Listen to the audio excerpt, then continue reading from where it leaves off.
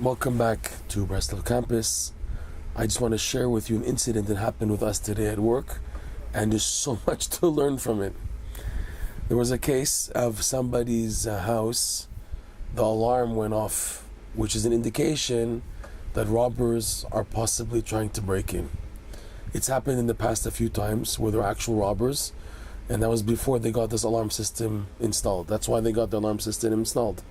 So the security company called a member of the family that there seems to be a breach in the house.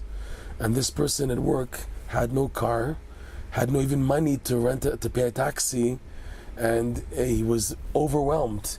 How am I going to get there? It's no one else is able to get to that house. It'll take at least half an hour to walk there, and there's no car available. And in the meantime, the robbers are stealing. The security company, they send somebody, but that somebody, he's not authorized to shoot at or to attack any robber. His authorization is only to try to scare them, to see them, and to immediately call the police, and the police comes to take care of it. That's how it works. So the family member here, he was so upside down. What am I supposed to do? I don't have a car. I don't have money to take a taxi.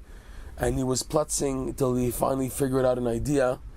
And it took another 15 minutes for him to finally get to the house. He got to the house. False alarm. What happened?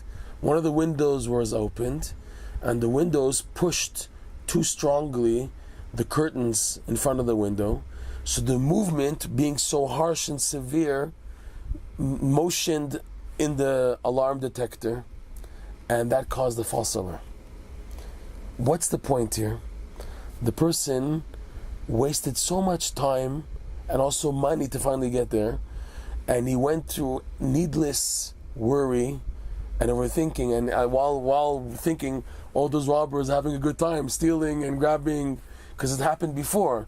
So he's worrying what's happening. And in reality, nothing happened. It was a false alarm. So much time was wasted because the person created an image of what's probably happening. This happens a lot in life. You know yourself, you can relate to this, that you begin to plutz and worry, and then in the end it wasn't needed.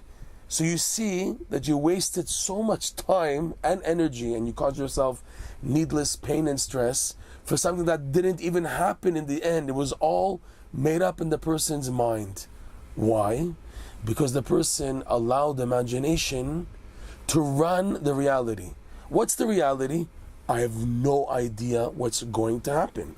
I can now plan out and begin to think, and this might happen, and this, and this, and this, and this, and in the end, nothing of all your ideas, you prepared so much, nothing happened in the end. Nothing happened, and you wasted precious time. What does Hashem expect of you to do in these situations? It's a test. What is the test? And it's not easy. We're talking, just explaining the scenario. Go ahead and live it is another thing. But the idea is that calm down until you don't know what actually happened. You have no right to make any conclusions that are especially negative. You have no right.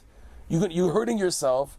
You're hurting all those who are dependent on you. It's useless energy went down the drain for a false phobia. That was the test. That's why it happened. But the test is, until something is official, there's no need what if and what if and what if and what if and this, and the person begins to make up a whole story. It's all imaginary, because when it comes to the situation, it didn't happen. So everything you built, all those possibilities, was a pure waste of time.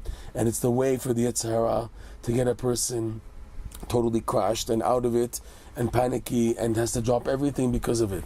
It's a test, and it's a test of what's called bitachon, trust in Hashem. Meaning, if you trust Hashem is running the picture, no conclusions. Don't make any conclusion which especially makes you feel negative until you're sure 100% that this is actually what has happened. But until then, it's just up in the air, letting go, living in the present, getting to the situation. Obviously, we're human beings, it happens a lot, but the more you dive into Hashem in your life, the more you bring Hashem into your daily living by talking to Him on a daily basis, the more you're attuned to Hashgacha Pratit, the divine providence, and Hashem's guiding hands over you. So instantly, like instinctively, you can turn and realize that Hashem is running, and to remember that Hashem is running, and therefore there's nothing to worry about. Let's see what actually happens and where Hashem will take things to go.